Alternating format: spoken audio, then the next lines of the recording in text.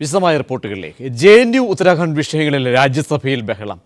സഭ പലതവണ നിർത്തിവെച്ചു. വിദ്യാർത്ഥികൾക്ക് നേരെ അച്ചടക്ക നടപടി എടുത്തതിന് പിന്നിൽ രാഷ്ട്രീയമെന്ന് ഇടതുപക്ഷ പാർട്ടികൾ കുറ്റപ്പെടുത്തി. ഇത് കാഴ്ചക്കാരായി നോക്കി നിൽക്കാനാകില്ലെന്ന് യെച്ചൂരി പറഞ്ഞു. അതേസമയം സ്വയംഭരണാവകാശമുള്ള സർവകലാശാല വിദ്യാർത്ഥികൾക്കെതിരെ എടുത്ത നടപടി ചർച്ച ചെയ്യാനാകില്ലെന്ന് കേന്ദ്ര സർക്കാർ അറിയിച്ചു. വിശദാംശങ്ങൾ സന്തോഷ് സർലിംഗ് നൽകും. സന്തോഷ്, സഭ മുന്നോട്ട് കൊണ്ടുപോകാൻ കഴിയാത്ത വിധം പ്രതിഷേധം രൂപപ്പെടുത്തുന്നു സഭയിൽ. ഏക അഭിപ്രായത്തോടുകൂടി പ്രതിപക്ഷം ഒറ്റക്കെട്ടായി തന്നെ JNU വിഷയവും ഒപ്പം ഉത്തരാഖണ്ഡ് വിഷയവും സഭയിൽ ഉന്നയിക്കുകയാണോ? എന്താണ് ഏറ്റവും പുതിയ വിവരങ്ങൾ? JNUവിൽ വിദ്യാർത്ഥികൾക്കെതിരെ കൈക്കൊണ്ട അച്ചടക്ക നടപടി ഇന്ന് സഭയിൽ ഏറെ പ്രതിപക്ഷ ബഹളത്തിന് ഇടയാക്കി. ഇടതുപക്ഷമാണ് ഈ വിഷയം ഉയർത്തിയത്. D. രാജ മറ്റ് ചോദ്യോത്തരവേള ഒഴിവാക്കിക്കൊണ്ട് വിഷയം ചർച്ച ചെയ്യണമെന്ന് ആവശ്യപ്പെട്ട് അടിയന്തര പ്രമേയത്തിന് നോട്ടീസ് നൽകി. പക്ഷേ കേന്ദ്ര സർക്കാർ ഇത് അംഗീകരിച്ചില്ല. ഇതേ തുടർന്ന് സ്പീക്കർ അടിയന്തര പ്രമേയത്തിലുള്ള ആവശ്യം തള്ളിയെങ്കിൽ പോലും മറ്റ് എല്ലാ പ്രതിപക്ഷ പാർട്ടികളും ഒറ്റക്കെട്ടായി തന്നെ സഭയിൽ ഈ വിഷയം ഉയർത്തി. ആനന്ദ് ശർമ്മ, കോൺഗ്രസിൽ നിന്ന് സംസാരിച്ച ആനന്ദ് ശർമ്മ പറഞ്ഞത്, വിദ്യാർത്ഥികൾക്കെതിരെ നടപടി കൈക്കൊണ്ടതിന് പിന്നിൽ HRD മിനിസ്ട്രിയുടെ നേരിട്ടുള്ള ഇടപെടൽ ഉണ്ട് എന്നായിരുന്നു. സീതാറാം യെച്ചൂരി ഇക്കാര്യത്തിൽ കടുത്ത പ്രസ്താവനകൾക്ക് തന്നെ മുതിർന്നു. വിദ്യാർത്ഥികൾക്കെതിരെ കൈക്കൊണ്ട ഈ നടപടിയിൽ പാർലമെന്റിന് കാഴ്ചക്കാരായി നോക്കി നിൽക്കാനാകില്ല എന്നായിരുന്നു അദ്ദേഹത്തിന്റെ പ്രസ്താവന. BSP അംഗം മായാവതിയും ഇതിൽ പ്രതിപക്ഷത്തിന് പിന്തുണയുമായി രംഗത്തെത്തി. ഇക്കാര്യത്തിൽ രാഷ്ട്രീയം നോക്കിക്കൊണ്ടാണ് വിദ്യാർത്ഥികൾക്കെതിരെ അച്ചടക്ക നടപടി കൈക്കൊണ്ടതെന്നായിരുന്നു മായാവതിയുടെ കുറ്റപ്പെടുത്തൽ. പിന്നീട് അരുൺ ജെയ്റ്റ്ലി തന്നെ പ്രതിപക്ഷത്തിനെതിരെ പ്രസ്താവനയുമായി രംഗത്തെത്തി. പക്ഷേ അദ്ദേഹം ഉത്തരാഖണ്ഡ് വിഷയത്തിൽ നടത്തിയ പ്രസ്താവന കോൺഗ്രസിനെ ചൊടിപ്പിക്കുന്നതായിരുന്നു. കോൺഗ്രസ് ഉത്തരാഖണ്ഡിൽ കോൺഗ്രസിനുള്ളിലെ ഗ്രൂപ്പ് വഴക്കാണ് പ്രശ്നങ്ങൾക്കിടയാക്കിയെന്നായിരുന്നു അരുൺ ജെയ്റ്റ്ലിയുടെ കുറ്റപ്പെടുത്തൽ. പിന്നീട് JNU വിഷയത്തിന് കടക്കുന്നതിന് മുമ്പ് തന്നെ കോൺഗ്രസ് അംഗങ്ങൾ പ്രതിഷേധവുമായി സഭയുടെ നടുത്തളത്തിൽ ഇറങ്ങി. ഇതേ തുടർന്ന് രാജ്യസഭ പലതവണ നിർത്തിവെച്ചു. ഇപ്പോൾ 12:30 വീണ്ടും ചേർന്നുവെങ്കിലും സഭാ നടപടികൾ മുന്നോട്ട് കൊണ്ടുപോകാനാകില്ല. ഹമീദ് അൻസാരി തന്നെ വിഷയത്തിൽ ഭരണപക്ഷ അംഗങ്ങളെ അനുനയിപ്പിക്കാൻ രംഗത്തെത്തി. തുടർന്ന് 2 മണിവരെ ഇപ്പോൾ രാജ്യസഭ നിർത്തിവെച്ചിരിക്കുകയാണ്. സന്തോഷാണ് വിവരങ്ങൾ നൽകിയത്. ഇന്ത്യൻ വിദേശകാര്യ സെക്രട്ടറി S. ജയശങ്കറുമായി പാക് വിദേശകാര്യ സെക്രട്ടറി ചർച്ച നടത്തി. കശ്മീർ അടക്കമുള്ള വിഷയങ്ങൾ ചർച്ച ചെയ്തതായി പാക് വിദേശകാര്യ സെക്രട്ടറി അറിയിച്ചു. ഹാർട്ട് ഓഫ് ഏഷ്യ സംഗമത്തിൽ പങ്കെടുക്കുന്നതിനായാണ് പാക് വിദേശകാര്യ സെക്രട്ടറി ഐസാസ് അഹമ്മദ് ചൗധരി ദില്ലിയിലെത്തിയത്. 3 മാസത്തിന് ശേഷമാണ് ഇന്ത്യ പാക് നയതന്ത്ര ചർച്ച നടന്നത്.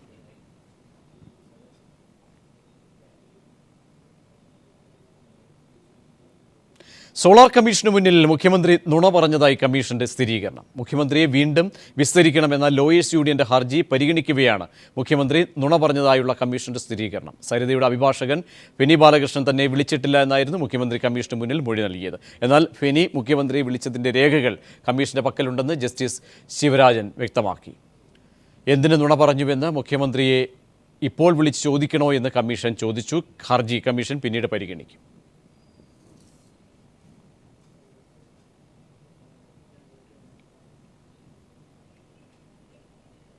KG ദിനകർ വിശദാംശങ്ങൾ നൽകും.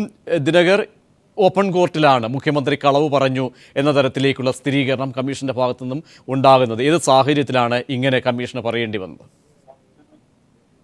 പ്രതീക്ഷ, മുഖ്യമന്ത്രി ഉമ്മൻചാണ്ടി സോളാർ കമ്മീഷൻ മുൻപാകെ കളവ് പറഞ്ഞിരിക്കുന്നു എന്നുള്ള കാര്യമാണ് ഇപ്പോൾ വ്യക്തമാകുന്നത്. നേരത്തെ അദ്ദേഹം 14 മണിക്കൂർ സോളാർ കമ്മീഷൻ മുൻപാകെ മൊഴി നൽകിയപ്പോൾ സരിതയുടെ അഭിഭാഷകനായ ഫെനി ബാലകൃഷ്ണൻ തന്നെ വിളിച്ചിട്ടില്ല എന്നായിരുന്നു മൊഴി നൽകിയത്.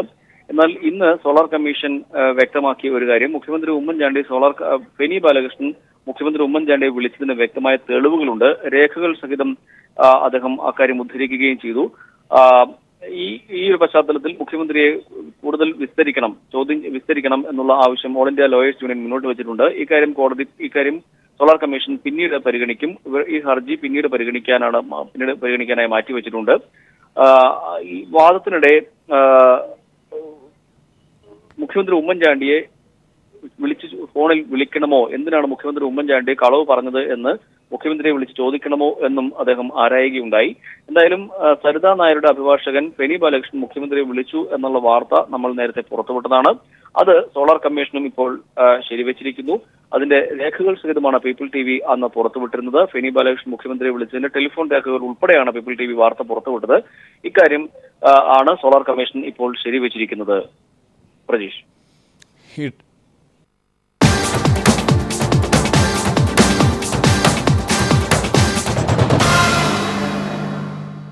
ആറന്മുള മണ്ഡലത്തിൽ തെരഞ്ഞെടുപ്പ് ചട്ടം ലംഘിച്ച് UDF സ്ഥാനാർത്ഥി ശിവദാസൻ നായരുടെ തെരഞ്ഞെടുപ്പ് പ്രചാരണം. പത്തനംതിട്ട നഗരസഭയുടെ ബസ് കാത്തിരിപ്പ് കേന്ദ്രങ്ങളിലാണ് തെരഞ്ഞെടുപ്പ് ചട്ടം ലംഘിച്ച് പ്രചാരണ ബോർഡുകൾ സ്ഥാപിച്ചിരിക്കുന്നത്. ഇതിനെതിരെ ഇടതുപക്ഷം ജില്ലാ കളക്ടർക്ക് പരാതി നൽകി.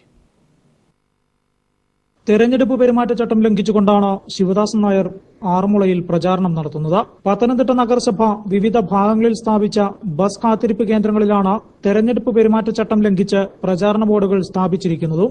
ഇത് തെരഞ്ഞെടുപ്പ് ചട്ടലംഘനത്തിന്റെ നേർക്കാഴ്ചയാണ്. ഇതിനെതിരെ ഇടതുപക്ഷം ജില്ലാ കളക്ടർക്ക് പരാതി നൽകുകയും ചെയ്തിട്ടുണ്ട്. നഗരസഭ ഇത്തരത്തിൽ പരസ്യം വെക്കാൻ ആർക്കും അനുമതി നൽകിയിട്ടില്ലെന്നും ഇത് തെരഞ്ഞെടുപ്പ് പെരുമാറ്റച്ചട്ട ലംഘനത്തിന്റെ പരിധിയിൽ വരുന്നതാണെന്നും കളക്ടർക്ക് നഗരസഭ സെക്രട്ടറി റിപ്പോർട്ട് നൽകിയിട്ടുണ്ട്. നഗരസഭാ സെക്രട്ടറിയുടെ റിപ്പോർട്ടിന്റെ അടിസ്ഥാനത്തിൽ ഇനി ഈ വിഷയത്തിൽ തുടർ നടപടി സ്വീകരിക്കേണ്ടത് പത്തനംതിട്ട ജില്ലാ കളക്ടറാണ്. അതേസമയം ആറന്മുള മണ്ഡലത്തിന്റെ വിവിധ ഭാഗങ്ങളിൽ സ്ഥാപിച്ചിട്ടുള്ള വീണ ജോർജിന്റെ പ്രചാരണ ബോർഡുകൾ കഴിഞ്ഞ ദിവസം രാത്രിയോടെ സമൂഹവിരുദ്ധർ നശിപ്പിക്കുകയും ചെയ്തിട്ടുണ്ട്. News bureau, Pathanamthitta. പീപ്പിൾ ടിവിയുടെ പ്രത്യേക തെരഞ്ഞെടുപ്പ് പരിപാടി പടക്കളം കണ്ണൂരിൽ നടത്തിയ ചർച്ചയിൽ വികസനവും അഴിമതിയുമായിരുന്നു പ്രധാന വിഷയങ്ങൾ. സ്ത്രീകൾ അടക്കമുള്ളവരുടെ സാന്നിധ്യം കൊണ്ട് സദസ്സും സജീവമായിരുന്നു. പടക്കളം ഇന്ന് രാത്രി 9-ന് പീപ്പിൾ ടിവിയിൽ സംപ്രേഷണം ചെയ്യും. കണ്ണൂരിൽ MV നികേഷ് കുമാറിന്റെയും KM ഷാജിയുടെയും പടക്കളത്തിലാണ് പീപ്പിൾ ടിവിയുടെ രാഷ്ട്രീയ പൊതുചർച്ചാ വേദി ഒരുങ്ങിയത്. കോൺഗ്രസ് വിമത സ്ഥാനാർത്ഥി PK രാഗേഷും BJP സ്ഥാനാർത്ഥി കേശവനും UDF പ്രതിനിധി മുഹമ്മദ് ഫൈസലും LDF പ്രതിനിധി M പ്രകാശൻ മാസ്റ്ററും പടക്കളത്തിൽ പങ്കാളികളായി. ചർച്ച ആരംഭിച്ചതോടെ രാഷ്ട്രീയ ചർച്ചാവേദിക്കുള്ള പടക്കളം ഒരുങ്ങി. വികസനവും അഴിമതിയുമായിരുന്നു ചർച്ചയിൽ മുന്നിട്ടു നിന്നത്. വികസന നായകൻ എന്ന് പറയുന്ന KM ഷാജിയുടെ വികസനത്തിന്റെ ഫലമായാണ് ഇവിടെ 3 പേര് സംസാരിക്കേണ്ടതിന് പകരം ഞാൻ 4ാമതായി ഇവിടെ നിൽക്കേണ്ടി വന്നത്. വിലക്കയറ്റവും പിൻവാതിൽ നിയമനങ്ങളും സാധാരണക്കാരന്റെ പൊതുജീവിതത്തെ ബാധിക്കുന്ന ചോദ്യങ്ങളുമായി സ്ത്രീകളും രംഗത്തെത്തി. യൂണിവേഴ്സിറ്റിയിൽ വരെ പിൻവാതിൽ നിയമനം നടന്നിട്ടുള്ളതിന്റെ ഏറ്റവും വലിയ പ്രതിഷേധങ്ങളാണ്. രാഷ്ട്രീയ പാർട്ടി നേതാക്കളെ പിന്തുണച്ചും പിന്തള്ളിയും പടക്കളത്തിലെത്തിയ സദസ്സും സജീവമായി. കണ്ണൂർ രാഷ്ട്രീയത്തിന്റെ എല്ലാ ആവേശവും ഇടയ്ക്കൊക്കെ അസഹിഷ്ണുതകളും പ്രതിഫലിച്ച പടക്കളം ഇന്നു രാത്രി 9 മണി മുതൽ പീപ്പിൾ ടിവിയിൽ കാണാം. News bureau, Kannur. അധോലോക നേതാവ് ദാവൂദ് ഇബ്രാഹിമിന് ഗുരുതര രോഗമെന്ന റിപ്പോർട്ട്. കാലിൽ വ്രണം വന്ന് മരവിച്ച് നടക്കാനാകാത്ത അവസ്ഥയിലാണെന്നാണ് റിപ്പോർട്ടുകൾ. എന്നാൽ വാർത്ത തെറ്റാണെന്ന വാദവുമായി ദാവൂദിന്റെ സഹായി ഛോട്ടാ ഷക്കീൽ രംഗത്തെത്തി. ദാവൂദിന്റെ കാലുകളിൽ വ്രണമാണെന്നും കാലുകൾ മരവിച്ച അവസ്ഥയിലാണെന്നുമാണ് രഹസ്യാന്വേഷണ ഉദ്യോഗസ്ഥരെ ഉദ്ധരിച്ച CNN ന്യൂസ് 18 റിപ്പോർട്ട് ചെയ്തത്. കാലുകൾ മുറിച്ചു കളയേണ്ടി വരുമെന്നും ജീവന് ഭീഷണിയുണ്ടെന്നും റിപ്പോർട്ടിലുണ്ട്. കാലുകളിൽ വന്ന വ്രണം അതിവേഗം പടരുന്നുവെന്നാണ് വന്ന റിപ്പോർട്ട്. രക്തസമ്മർദ്ദമോ പ്രമേഹം ഉയർന്നതോ ആകാം ഇതിന് കാരണമെന്നും അറിയുന്നു. ലിയാഖത്ത് നാഷണൽ ഹോസ്പിറ്റലിലും കമ്പൈൻഡ് മിലിറ്ററി ഹോസ്പിറ്റലിലുമാണ് ചികിത്സയെന്നും രഹസ്യാന്വേഷണ ഉദ്യോഗസ്ഥർക്ക് വിവരം ലഭിച്ചിട്ടുണ്ട്. ദാവൂദിന്റെ കറാച്ചിയിലെ വീടിന് പുറത്ത് ഏതാനും ഡോക്ടർമാരെ കഴിഞ്ഞ ദിവസം കണ്ടതായി റിപ്പോർട്ടുകളിൽ പറയുന്നു. എന്നാൽ വാർത്ത തെറ്റാണെന്ന വാദവുമായി സഹായി ഛോട്ടാ ഷക്കീൽ രംഗത്തു വന്നു. ദാവൂദ് പൂർണ്ണ ആരോഗ്യവാനാണെന്നും രഹസ്യാന്വേഷണ ഏജൻസി നൽകിയ വിവരം തെറ്റാണെന്നും ഛോട്ടാ ഷക്കീൽ ഒരു ദേശീയ മാധ്യമത്തോട് പറഞ്ഞു. ഡി കമ്പനിയുടെ ബിസിനസ് തകർക്കാൻ എതിരാളികൾ പടച്ചുവിട്ട വാർത്തയാണെന്നാണ് ഛോട്ടാ ഷക്കീലിന്റെ വാദം. National desk. ഈ വർഷത്തെ SSLC പരീക്ഷാഫലം നാളെ പ്രഖ്യാപിക്കും. രാവിലെ 11 മണിക്കാണ് ഫലപ്രഖ്യാപനം. ഇന്ന് ഉച്ചയ്ക്ക് ശേഷം 3 മണിക്ക് ചേരുന്ന SSLC പരീക്ഷാ ബോർഡ് യോഗം ഫലത്തിന് അന്തിമ അംഗീകാരം നൽകും. മാർച്ച് 9 മുതൽ 23 വരെ നടന്ന പരീക്ഷയുടെ മൂല്യനിർണ്ണയം ഏപ്രിൽ 1-ന് ആരംഭിച്ച് 16-ന് പൂർത്തിയായിരുന്നു. കഴിഞ്ഞ വർഷത്തെ ഫലപ്രഖ്യാപനത്തിലെ പിഴവുകൾ ആവർത്തിക്കാതിരിക്കാനായി മികവുറ്റ സാങ്കേതികവിദ്യയാണ് ഇത്തവണ മൂല്യനിർണ്ണയത്തിന് ഉപയോഗിച്ചത്.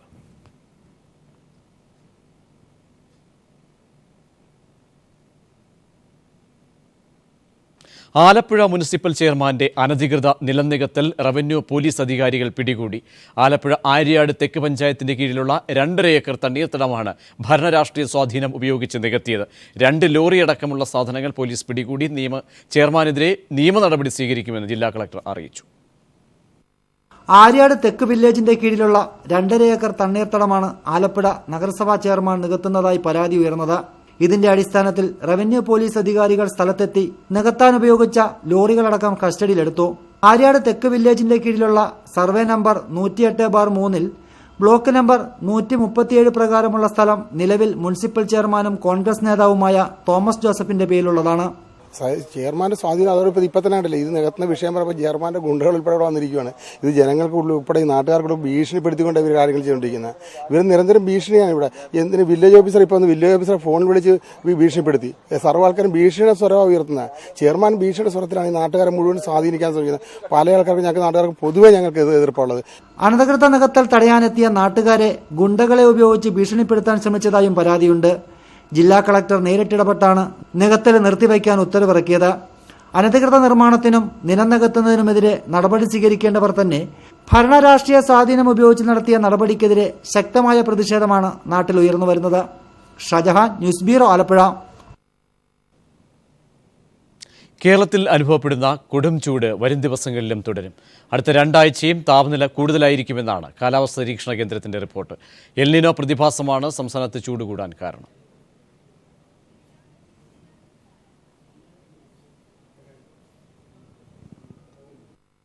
സംസ്ഥാനത്ത് ഈ വർഷം ആദ്യം മുതൽ തുടങ്ങിയ വൻ ചൂട് അനുദിനം വർദ്ധിച്ച് ഇപ്പോഴും ശമനമില്ലാതെ തുടരുകയാണ്.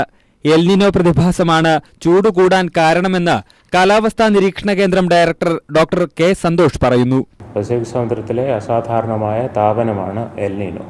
ഇതുമൂലം ഇന്ത്യൻ ഉപഭൂഖണ്ഡത്തിലേക്ക് വരണ്ട കാറ്റാണ് എത്തിച്ചേരുന്നത്. ഈ വരണ്ട കാറ്റ് മൂലം മഴ കുറയുന്നു. മഴ നന്നായിട്ട് കുറഞ്ഞിരിക്കുന്നത് കൊണ്ടാണ് താപനില ഇത്രയധികം ഉയരുന്നത്. ഇപ്പോൾ തന്നെ 56% മഴ കുറവാണ്. മെയ് ആദ്യവാരത്തിന് ശേഷമേ വേനൽ മഴയും ശക്തമാകാൻ സാധ്യതയുള്ളൂ. അതുവരെ ഒറ്റപ്പെട്ട മഴ ലഭിച്ചേക്കും. കർണാടകയിൽ നിന്നും വീശുന്ന വരണ്ട കാറ്റിനെ തുടർന്ന് മേഘങ്ങൾ കുറയുന്നതും വേനൽ മഴ കുറയാൻ കാരണമാകുന്നുവെന്നാണ് കാലാവസ്ഥാ നിരീക്ഷണ കേന്ദ്രത്തിന്റെ റിപ്പോർട്ട്. തീരത്തിന് സമാന്തരമായി വീശുന്ന ഈ വരണ്ട കാറ്റാണ് കടലിൽ നിന്നും തണുത്ത കാറ്റ് കരയിലേക്ക് എത്തുന്നതിന് വിഘാതമാവുന്നത്. കേരളത്തിൽ ചൂട് കൂടുന്നതിന് ഇതും ഒരു കാരണമാണ്. ദീർഘകാല ശരാശരിയിൽ നിന്ന് 3 ഡിഗ്രി സെൽഷ്യസ് വരെ കൂടുതലാണ് ഇപ്പോൾ അനുഭവപ്പെടുന്ന ചൂട്. പാലക്കാട് ഇക്കഴിഞ്ഞ ഏപ്രിൽ 20-നാണ് ഈ സീസണിലെ ഏറ്റവും കൂടിയ ചൂട് രേഖപ്പെടുത്തിയത്, 41.1 ഡിഗ്രി സെൽഷ്യസ്. കണ്ണൂർ, കോഴിക്കോട് ജില്ലകളിൽ 39 ഡിഗ്രിയാണ് കൂടിയ ചൂട്. തെക്കൻ ജില്ലകളിൽ നിലവിൽ താരതമ്യേന ചൂട് കുറവാണെങ്കിലും ഇനിയും ചൂട് കൂടിയേക്കും. അതായത് നഗര ഗ്രാമ ദേശവ്യത്യാസമില്ലാതെ വരും ദിനങ്ങളിലും കേരളം കൊടും ചൂടിൽ വലയും. ജിതിൻ ചന്ദ്രൻ, തിരുവനന്തപുരം. കുടിവെള്ളത്തിനായി നെട്ടോട്ടത്തിലാണ് കാസർഗോഡ് വെള്ളരിക്കുണ്ട് താലൂക്കിലെ മലയോര നിവാസികൾ. ആദിവാസി കോളനികളിലാണ് പ്രശ്നം രൂക്ഷം. സർക്കാരിൻ്റെ കുടിവെള്ള വിതരണ സംവിധാനങ്ങൾക്ക് പ്രശ്നം പരിഹരിക്കാനാകുന്നില്ല. കാസർഗോഡ് ജില്ലയിൽ ഏറ്റവും കൂടുതൽ കുടിവെള്ളക്ഷാമം നേരിടുന്നത് വെള്ളരിക്കുണ്ട് താലൂക്കിലാണ്. മലനിരകളിൽ താമസിക്കുന്ന പട്ടിക വിഭാഗ കോളനികളിൽ കുടിവെള്ള പ്രശ്നം രൂക്ഷമാണ്. താലൂക്കിൽ കുടിവെള്ള വിതരണത്തിന് 2 ലോറികൾ മാത്രമാണ് ജില്ലാ ഭരണകൂടം അനുവദിച്ചിട്ടുള്ളത്. 7 ഗ്രാമപഞ്ചായത്തുകളിൽ ആഴ്ചയിൽ 1 തവണ പോലും വെള്ളമെത്തിക്കാൻ കഴിയാത്ത സംവിധാനമാണിത്. മറ്റു താലൂക്കുകളിലും സമാന സ്ഥിതിവിശേഷമാണുള്ളത്. ഉദ്യോഗസ്ഥ സംവിധാനമാകെ തെരഞ്ഞെടുപ്പിൽ കേന്ദ്രീകരിച്ചതിനാൽ ജനങ്ങളുടെ രൂക്ഷമായ കുടിവെള്ള പ്രശ്നം അവഗണിക്കപ്പെടുകയാണെന്ന് കോടമ്പള്ളൂർ ഗ്രാമപഞ്ചായത്ത് പ്രസിഡന്റ് സി കുഞ്ഞിക്കണ്ണൻ പറഞ്ഞു. താലൂക്കിനകത്ത് ആകെ 2 വണ്ടിയാണ് ഓടുന്നത് കുടിവെള്ളത്തിന് വേണ്ടി. ഒരാഴ്ചയിൽ 1 ദിവസമാണ് ഒരു വണ്ടി ഇങ്ങോട്ട് വരുന്നത്. ഇതിനൊരു പരിഹാരം കാണുന്നില്ലെങ്കിൽ ജനങ്ങളെ ആകെ സംഘടിപ്പിച്ചുകൊണ്ട് പിക്കറ്റിംഗ് സമരം ഉൾപ്പെടെ നടത്തണമെന്നാണ് ഞങ്ങൾ ആലോചിച്ചിട്ടുള്ളത്. കോടമ്പള്ളൂർ ഗ്രാമപഞ്ചായത്തിലെ പട്ടിക വിഭാഗ കോളനികളിൽ കുടിവെള്ള പ്രശ്നം രൂക്ഷമാണ്. കിലോമീറ്ററുകൾ താണ്ടിയാണ് ആദിവാസി കുടുംബങ്ങൾ വെള്ളം സംഭരിക്കുന്നത്. ഇപ്പോൾ 4-5 കിലോമീറ്റർ ദൂരം വേണം വെള്ളത്തിന് കിട്ടണമെങ്കിൽ തന്നെ. അതിപ്പോ രാവിലെ കൊണ്ട് പണിക്ക് പോകണം, സമയമൊന്നും ഉണ്ടാവില്ല ഞങ്ങൾക്ക്. കോടമ്പള്ളൂരിൽ സൗജന്യമായി കുടിവെള്ളം എത്തിക്കാൻ ഉദയപുരം ലേബർ കോൺട്രാക്ട് സഹകരണ സംഘം തയ്യാറായത് ജനങ്ങൾക്ക് ആശ്വാസം പകർന്നിരുന്നു. എന്നാൽ ടാങ്കർ ലോറി അപകടത്തിൽപ്പെട്ടതോടെ അതും നിലച്ചതായി പ്രസിഡന്റ് MC മാത്യു പറഞ്ഞു. ഇങ്ങനെയുള്ള ഒരു സാഹചര്യത്തിലാണ് സൊസൈറ്റി കഴിഞ്ഞ കുറെ ദിവസങ്ങളായി ഒട്ടനവധി കോളനികളിൽ ഈ നിലയിൽ വെള്ളം എത്തിച്ചു കൊടുത്തുകൊണ്ടിരിക്കുകയാണ്. പെട്ടെന്ന് ലോറി അപകടത്തിൽപ്പെട്ട് മറിഞ്ഞ് പൂർണ്ണമായി വെള്ളവും നഷ്ടപ്പെട്ടു. സൊസൈറ്റിയെ സംബന്ധിച്ചിടത്തോളം ഇത്രയേറെ ഒരു വലിയ ബാധ്യത ഏറ്റെടുത്തുകൊണ്ട് വെള്ളം കൊടുക്കാൻ കഴിയാത്ത സ്ഥിതിയാണ്. കുടിവെള്ള വിതരണം വിപുലീകരിക്കുന്നതിന് അടിയന്തര നടപടി സ്വീകരിക്കണമെന്നാവശ്യപ്പെട്ട് കോടമ്പള്ളൂർ ഗ്രാമപഞ്ചായത്ത് ഭരണസമിതി അംഗങ്ങൾ വെള്ളരിക്കുണ്ട് താലൂക്ക് ഓഫീസിന് മുമ്പിൽ ധർണ നടത്തി. വേനൽച്ചൂട് ശക്തമായതോടെ കാസർഗോഡ് ജില്ലയിൽ കുടിവെള്ളക്ഷാമം രൂക്ഷമായിരിക്കുകയാണ്. പ്രത്യേകിച്ച് പട്ടികജാതി പട്ടികവർഗ കോളനികളിൽ കുടിവെള്ളം കിട്ടാനില്ലാതെ ജനങ്ങൾ കഷ്ടപ്പെടുന്നു. ജില്ലാ ഭരണകൂടം പ്രശ്നപരിഹാരത്തിന് ഫലപ്രദമായ നടപടികൾ സ്വീകരിക്കുന്നില്ലെന്ന് ജനങ്ങൾക്ക് പരാതിയുണ്ട്. ക്യാമറാമാൻ ഷൈജു ബിലാത്രയ്ക്കൊപ്പം സണ്ണി ജോസഫ്. കൊച്ചി നഗരത്തിലെ പുല്ലേപ്പടിയിൽ 10 വയസ്സുകാരനെ കുത്തിക്കൊന്നു. പുല്ലേപ്പടി സ്വദേശി റിച്ചി ജോണാണ് മരിച്ചത്. സംഭവത്തിൽ അയൽക്കാരനായ പുല്ലേപ്പടി സ്വദേശി അജി ദേവസ്യ പോലീസ് പിടിയിലായി. ഇയാൾക്ക് മാനസിക അസ്വാസ്ഥ്യമുണ്ടെന്ന് പോലീസ് അറിയിച്ചു. രാവിലെ 7 മണിയോടെയാണ് നാടിനെ നടുക്കി അരുംകൊല നടന്നത്. വീടിന് സമീപമുള്ള കടയിൽ നിന്നും പാല് വാങ്ങി മടങ്ങുകയായിരുന്നു കൊല്ലപ്പെട്ട 10 വയസ്സുകാരൻ റിച്ചി ജോൺ. അയൽവാസിയായ അജി കുട്ടിയെ അടുത്തേക്ക് വിളിച്ചു വരുത്തി ചേർത്ത് നിർത്തി കഴുത്തിൽ തുടരെ കുത്തുകയായിരുന്നു. കുട്ടിയുടെ കഴുത്തിൽ 17 കുത്തുകളേറ്റു. കുത്തേറ്റ് വീണ കുട്ടിയെ മാതാപിതാക്കൾ തന്നെയാണ് ആശുപത്രിയിലെത്തിച്ചത്. ആശുപത്രിയിൽ എത്തും മുമ്പേ ജീവൻ നഷ്ടപ്പെട്ടിരുന്നു. ക്രൂരമായ കൊലപാതകം നടത്തിയ അജി കുട്ടിയുടെ അയൽവാസിയാണ്. മാനസിക രോഗിയാണെന്ന് സംശയിക്കുന്നതായി പോലീസ് പറഞ്ഞു. എന്നാൽ ഇയാൾ മയക്കുമരുന്നിന് അടിമയാണെന്നും മുൻപും അക്രമ സ്വഭാവം പ്രകടിപ്പിച്ചിട്ടുണ്ടെന്നും പ്രദേശവാസികൾ പറയുന്നു. കൈകൊണ്ട് ഇങ്ങനെ കെട്ടിപ്പിടിച്ചപ്പോൾ നമ്മൾ സ്വാഭാവികമായിട്ട് നമ്മൾ വിചാരിക്കുന്നത് സ്നേഹപൂർവ്വം പിടിക്കണ പോലെയാണ് എനിക്ക് തോന്നിയത്. അത് കഴിഞ്ഞിട്ട് ഈ കൊച്ചു മറിഞ്ഞ് താഴേക്ക് വീണ് കഴിഞ്ഞ് പിന്നെ ഇങ്ങനെ നോക്കിയപ്പോൾ ഇവൻ കുത്തണതായിട്ടാണ് കാണുന്നത്. കുത്തണതായിട്ട് കണ്ടപ്പോഴാണ് ഇവൻ കുത്തണയുള്ളതെന്നൊരു ഇങ്ങനെ തോന്നിയത്. വേഗം ഞാൻ ഒച്ചെടുത്തു ആ സമയം ഇതുകൊണ്ട് ആരും അങ്ങനെ പുറത്തുണ്ടായിരുന്നില്ല. കൊലയ്ക്ക് പിന്നിൽ മുൻവൈരാഗ്യമുണ്ടോ എന്ന് പോലീസ് അന്വേഷിക്കുന്നുണ്ട്. പ്രതിക്കെതിരെ കൊല്ലപ്പെട്ട കുട്ടിയുടെ അമ്മ പോലീസിൽ പരാതി നൽകിയിരുന്നു. ഇതിനെ തുടർന്ന് ഇയാളെ പോലീസ് മാനസികാരോഗ്യ കേന്ദ്രത്തിൽ ചികിത്സയ്ക്ക് അയച്ചെങ്കിലും അടുത്തിടെ വീട്ടിൽ മടങ്ങിയെത്തി. പ്രതിയെ വിശദമായി ചോദ്യം ചെയ്യുമെന്നും കൊലപാതക കാരണം സംബന്ധിച്ച് വിശദമായ അന്വേഷണം നടത്തുമെന്നും city police commissioner MP Dinesh പറഞ്ഞു. പുറത്ത് പോയിട്ടെന്ന് പറഞ്ഞെങ്കിൽ ചെറിയ വീട്ടിലേക്കുള്ള അത്യാവശ്യ ഗ്രോസറീസ് മേടിച്ച് വരുന്ന സമയത്ത് പെട്ടെന്ന് പുള്ളിയെ വട്ടം ചുറ്റി ഈ ചെറിയ കുട്ടീനെ മാരകമായിട്ട് കുത്തുകയാണെന്നുള്ളതാണ് മനസ്സിലാക്കിയത്. കുട്ടിയുടെ മൃതദേഹം ജനറൽ ആശുപത്രിയിൽ പോസ്റ്റ്മോർട്ടത്തിന് ശേഷം ബന്ധുക്കൾക്ക് വിട്ടുകൊടുത്തു. അരുംകൊലയുടെ ഞെട്ടലിലാണ് പ്രദേശവാസികൾ. News bureau, Kochi.